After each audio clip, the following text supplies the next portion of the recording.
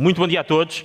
Para começarmos, vamos começar por um tema mais geral, um tema mais abrangente. Certamente terão uma manhã cheia de temas e de assuntos muito mais cabeludos e muito mais técnicos do que aqueles que eu vou começar. Mas o facto de nós trabalharmos essencialmente, o Gabriel disse que íamos ter startups, mas nós trabalhamos em grande medida em organizações incumbentes que estão a fazer a sua evolução, estão a fazer a sua transformação.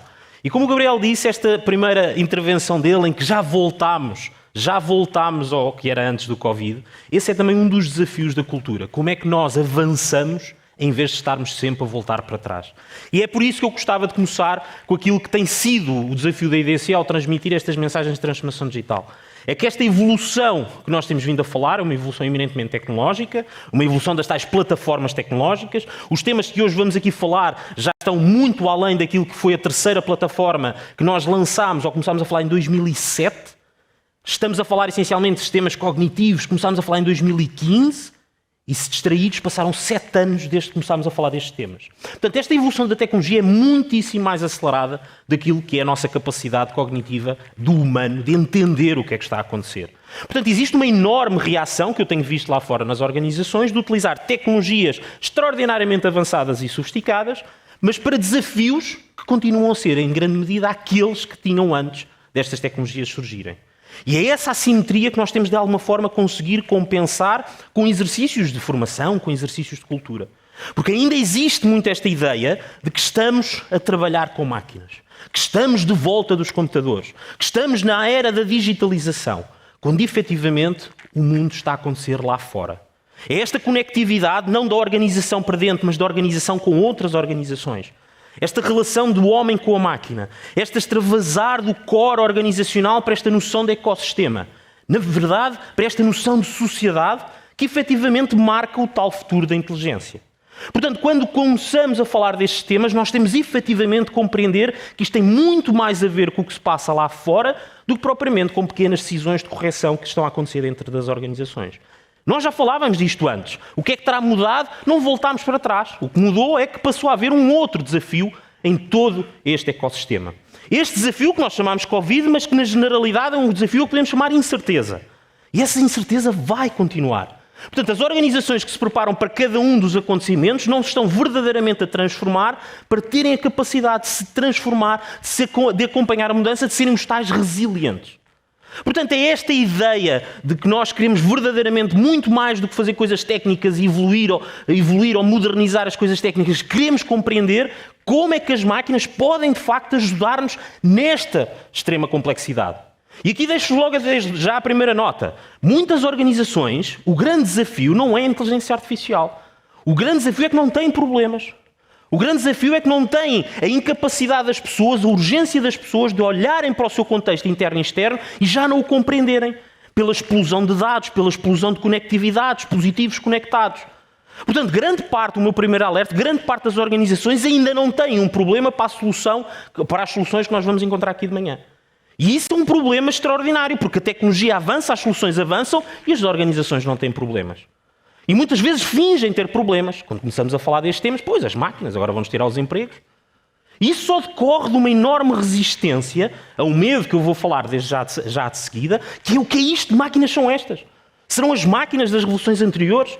Portanto, nós, ao conseguirmos compreender que de facto o que estamos a fazer é um fenómeno de sobrevivência do humano num contexto que não consegue compreender, que não consegue analisar logo, no qual não consegue tomar decisões, só há uma inevitabilidade, que é usar máquinas para o ajudar. Portanto, a relação homem-máquina tem que ser desambiguada. Temos que conseguir transformar isto numa necessidade do humano, não da máquina. Portanto, e quando esta necessidade ainda não existe, como eu referia, o problema não é a máquina. O problema é o negócio. O problema é o valor que a organização ainda não quer procurar. Portanto, o tema que nós aqui vamos discutir, o futuro da inteligência, na nossa mais recente lançada framework de valor, é dos temas mais desafiantes. Porque se as organizações procurarem ter iniciativas que são mais ou menos tecnológicas do ponto de vista estratégico, que estão a alinhar com desafios mais ou menos sofisticados do ponto de vista de negócio, como vocês podem ver, há muitas iniciativas que as organizações de facto têm que fazer dentro. Temos uma delas, a mais feita provavelmente durante o Covid, o futuro do trabalho. Um desafio que conseguimos lidar com ele por nossa decisão, por nossa escolha, sem grandes interfaces com o exterior. Mas a partir daqui tudo escala. Começamos a lidar com o ecossistema dos nossos clientes e parceiros. Começamos efetivamente a querer ligar-nos, a sobreviver porque estamos em sistemas conectados. E finalmente temos temas que vão muito além daquilo que são as decisões corporativas. Estão a falar de sociedade. E é aqui que encontramos o futuro da inteligência. Portanto, nós temos vindo a saltitar entre estes temas e este é aquele que está a transformar ou que exige maior esforço, maior compreensão pela abrangência, pelo impacto que tem. Portanto, todos os temas são transformação digital, mas nem todos os temas, tal como a inteligência, conseguem alcançar esta redefinição do valor pela utilização de tecnologias avançadas. Okay? Portanto, é este desafio que nós estamos a extravasar lá para fora. E quando nós olhamos lá para fora, a primeira mensagem que vos queria deixar é que o RGPD foi uma brincadeira de meninos. Aquilo que aí vem do ponto de vista de regulações, de actos, de leis, de tudo o que vai tocar em prevenção, porque é assim que a Europa tipicamente aborda os temas da inovação, para prevenir coisas que possam vir a acontecer, só vai aumentar. Atos para a inteligência artificial, para comércio digital, para a segurança, para a transferência de dados. As organizações que ficaram inundadas com este tema, com o RGPD, absorvidas com este tema do RGPD, quando virem que as multas destes novos actos são o dobro das do RGPD, vão ter um colapso. E este é o novo desafio. Não há menos incerteza, não há menos regulação. O que está a acontecer lá fora é verdadeiramente exigente. Portanto, se as organizações que continuam a tapar buracos, a apagar fogos, vão ter um problema muito sério. Portanto, também aqui é tal incerteza que a organização tem que ter e a incapacidade que o humano da organização tem que dizer: eu não consigo lidar com tanto desafio, com tanta necessidade externa. Eu preciso de apoio. Porque este apoio, estas necessidades, vão ocupar muito tempo. Eu trabalho com a indústria financeira, com a indústria de seguros, e eles há anos que não fazem seguros nem banca. Eles fazem regulação. E isto é desesperante. Eu falo com colegas da banca e eles já não gostam de trabalhar na banca. Porque o trabalho da banca basicamente é cumprir leis e responder a leis e questionários e coisas, regulações. Portanto, há aqui um efeito externo que as organizações ou transformam ou continuam a acumular. E o impacto que nós temos assistido é que, de facto, estas medidas vão afetar a inovação. Portanto, grande parte das sessões nestes temas são super aspiracionais, o mundo vai ser espetacular com a inteligência artificial. E vai, mas não podemos balancear só esta parte das oportunidades sem questionar a parte das ameaças. E o que eu tenho também visto e gostaria de partilhar convosco é que perante este mundo de maior incerteza, de maiores ameaças, as reações que tenho assistido muito foi: ainda bem que não nos transformamos. Olha, aquele transformou-se, vê o que é que aconteceu, uma semana parado. E isto é um desafio enorme, porque muitas organizações estão a aproveitar esta incerteza, estão a aproveitar este momento de aceleração para dizer: pá, calma, deixa ver se isto passa. Isto está a acontecer hoje em Portugal nas organizações. Portanto, não é se vamos ou se não vamos. É vamos conscientes que provavelmente a responsabilidade que todos os temas relacionados com conformidade e outros relacionados vão afetar efetivamente a velocidade da transformação. A nossa estimativa é que afetará cerca de 10%. Portanto, sim, vai afetar, mas não é uma decisão de go, no go.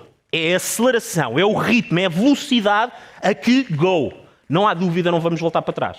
Porque os números são efetivos e os números são importantes. As organizações que querem verdadeiramente avançar, muitas vezes é fácil, avance, hoje vamos aqui falar de algumas iniciativas, começam como: temos um Chief Data Officer, bora, fazem o teu trabalho, eu vou à minha vida, ok? As organizações não sentem verdadeiramente que os dados são o novo óleo, não sentem verdadeiramente que são uma matéria-prima. E a primeira forma de o ver é que não sabem quantos dados têm. Uma organização que consegue perfeitamente dizer que temos uma estratégia, temos uma visão, eu chego a muitos destes conselhos de administração e pergunto: quantos dados vocês têm? Qual o volume, qual a variedade, qual a velocidade? E eles não sabem responder. Mas se eu lhes perguntar quanto dinheiro têm na conta, eles sabem responder. Portanto, há aqui uma assimetria daquilo que era entendido como um ativo pedaçado para um ativo que também tem, supostamente, esse valor, mas que eu não consigo quantificar. Portanto, se as organizações não conseguirem quantificar os dados que têm, não é saber ao bit ou ao byte, mas terem uma grandeza, terem uma noção. Não vão fazer aquilo que é mais importante, não é não saber quanto é que eu tenho. É: será que estou a evoluir? Será que estou a crescer nesta matéria-prima ao ritmo que era esperado que estivesse? E isto, a única forma de ter é ter um número. É ter um número e perguntar no mês a seguir qual é o número. E depois perguntar no mês a seguir qual é o número. Ir perguntando qual é o número. Porque nós, IDC, nós vamos acompanhando este mundo. este número. Portanto, se nós, IDC, conseguimos fazer o Global Data Sphere, que é contabilizar quantos dados é que estão a ser gerados e copiados no mundo, as vossas organizações também conseguem. E se utilizarem as mesmas abordagens, e melhor, ainda vão ter benchmark. E é esse o benchmark que é importante para o decisor. Que é saber que nós acreditamos, e os números apontam nos analistas, que o volume dos dados está a crescer a 23% em crescimento acumulado. Portanto, vocês têm aqui uma métrica importantíssima. Estamos a crescer acima, estamos a crescer abaixo. Não saberem se estão a crescer é o problema principal. Não saberem quanto têm é o ponto de partida, nem sequer arrancaram. Porque se não houver esta noção, tudo o resto depois fica um bocadinho estranho. Quer dizer, 3% dos dados, na verdade, são efetivamente utilizados. Mas 3% de quanto? É mais ou menos. Portanto, é importantíssima a quantificação, porque permite-vos benchmark, permite-vos medir a evolução. E qualquer programa de transformação tem que ter estas métricas de desempenho, do estamos a conseguir, estamos à frente, estamos atrás. Porque no final, a grande confusão, e aqui quantificada, é que muitas organizações que nós temos visto, é muito engraçado, que há áreas que dizem que temos dados a mais e há áreas que dizem que temos dados a menos. Porque existe uma enorme pressão organizacional de que há determinados níveis, patamares na organização que acham que têm dados a mais, e há outros patamares, como vamos ver à frente, provavelmente aqueles que necessitavam ter dados, que dizem que têm dados a menos. Portanto, esta noção dos dados a mais é a base de tudo o que vamos falar aqui de manhã. E é esta base que diz que nós não conseguimos. Nós, humanos, não conseguimos lidar com este volume. Não conseguimos lidar com esta complexidade. E precisamos de máquinas. E os números da IDC dizem que até 24, 75% das organizações vão, de facto, ter esta colaboração homem-máquina. Isto é importante para ter, mais uma vez, esta noção de que aí está a acontecer. Mas a palavra-chave nesta previsão é foresight. Porque também não queremos máquinas para nos dizer melhor, com mais definição, o que é que aconteceu no passado. Nós nem sequer queremos máquinas, muitas vezes, para ter insights, quer saber o que é que está a acontecer no presente. Nós queremos máquinas para saber o que é que vai acontecer. E aqui entra mais uma vez o negócio e a criação de valor. Há organizações que o que vai acontecer ou deixa lá ver. Um passo de cada vez. Olha deu, olha não deu. Portanto, quando a organização não quer prever, a organização não precisa de máquinas. Porque é esse o papel diferenciador da máquina. Ajudar o humano a decidir sobre o que vai acontecer e não sobre o que aconteceu no passado. Portanto, quem está aqui embrulhado, e é um tema que na cultura vai ter um impacto gritante, e não se está a falar tanto no elefante na sala, é que o middle management vai ter um problema significativo nesta transformação. Qual era o papel do middle management? Levar para cima as decisões operacionais e trazer para baixo as decisões de administração. Ora, nós estamos a dizer que vamos tornar as organizações mais data-driven, e às vezes nem nos apercebemos ou não deixamos claro que isto vai ter um impacto significativo nesta função. Data will kill the middle management stars. Mas will kill não é matar, vão ficando moribundos. E há organizações que estão a tentar lançar os seus programas, as suas estratégias de cultura, dados, etc. E eles por lá, tipo zombies. A fazerem o quê? A boicotarem muitos dos programas. Porque não compreendem, e é isto que se tem que conseguir avançar, é isto que é transformar a cultura. Não se diz a este tipo de função que eles vão ser necessários. Que eles continuam a ter um valor enorme para a organização. Mas a não serem aguadeiros de dados. A verdadeiramente desempenharem um papel de pontos, a fazer um papel de curadoria. Fazerem este papel que também é deles, de juntarem as várias áreas, de juntarem o conhecimento que pode surgir da combinação de dados e de informação de várias áreas. Portanto, transformar e evoluir o middle management é um papel fundamental de qualquer programa na transformação da cultura de dados. Se esta função não for transformada, vai haver um bloqueio enorme e os programas não vão avançar. E sabem quem é que vai deixar de achar atrativo? Por mais sexys que sejam os vossos programas, sobretudo as novas gerações, entram nas organizações e não compreendem, sabem o quê? O organigrama. Não compreendem que se sou eu que preciso dos dados, porque é que só o meu chefe é que tem dados? Se sou eu que estou todos os dias a lidar com um cliente, como é que o meu chefe conhece mais do meu cliente do que eu conheço do meu cliente? E eles não compreendem. E a reação desta geração, de quando não compreende, vocês sabem o que é. Vão-se embora. Portanto, a retenção de talento está diretamente relacionada com esta previsão da IDC de data meritocracy. Os dados a quem efetivamente os utiliza. Não é a organização que está a ser premiada por ter programas de dados. É cada um dos indivíduos que está a ser premiado se tomou uma decisão não com base em feeling ou em experiência, mas com base em dados. É esse o prémio que programas de transformação de dados têm que trazer para as organizações. Premiar quem toma decisões com base em dados. Se as pessoas não tiverem os dados, não vão ser premiadas. Isto é um tema fundamental. Portanto, para consolidar esta ideia, ao longo da manhã, vocês vão ver diferentes temas de vários players que têm soluções fantásticas, que na nossa linguagem IDC, todas elas se casam nesta framework. A framework é que nós chamamos o futuro da inteligência. Esta é a framework conceptual que as organizações, de certa forma, deveriam ter numa linguagem mais estratégica, numa linguagem mais holística, onde nos diz essencialmente que o futuro da inteligência está relacionado com 3 momentos, 3 passos. Capacidade de sintetizar, capacidade de aprender e capacidade de escalar a forma como nós passamos, comunicamos a informação. E é isto que é o futuro da inteligência. Conseguir orquestrar estes 3 momentos.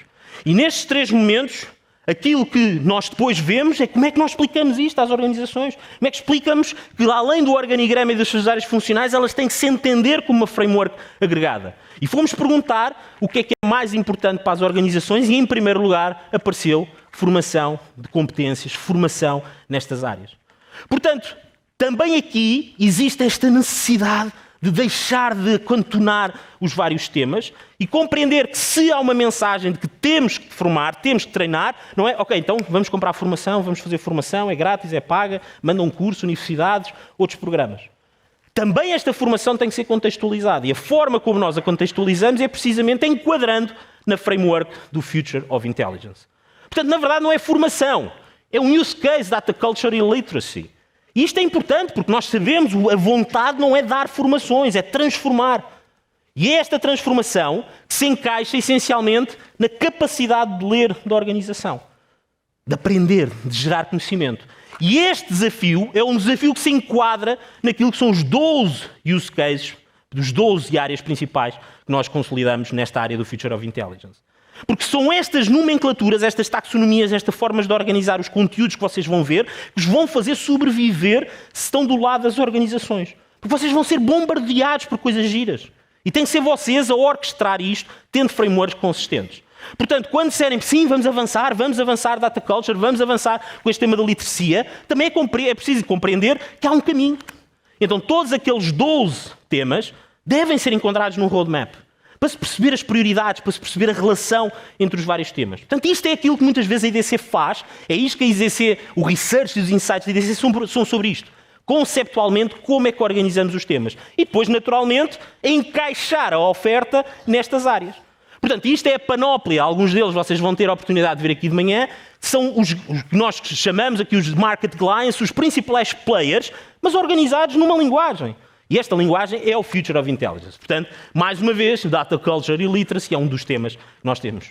Okay? Portanto, para finalizar, a importância de virem aqui a estas conferências, de trazerem mais colegas, de continuarem a aprender sobre estes temas, é porque, na verdade, não é uma questão de darmos formação ou não darmos formação.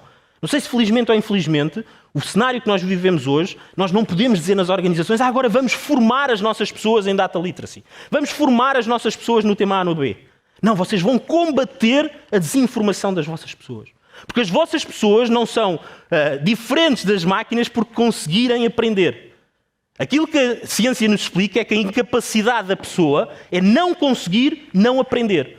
Portanto, a cada momento que vocês não estiverem a dar um programa formal de Data Literacy às vossas pessoas, as vossas pessoas continuam a aprender sobre Data Literacy. Continuam a aprender o que vocês não querem que elas aprendam. E continuam a aprender outras visões, outras abordagens, que não aquelas que a organização formalmente gostaria que elas aprendessem. Portanto, as pessoas estão sempre a aprender, quer vocês queiram ou não. Portanto, a única solução é colocar-lhes estes desafios mais alinhados com o que vocês consideram serem as boas práticas. Muito obrigado pela vossa atenção.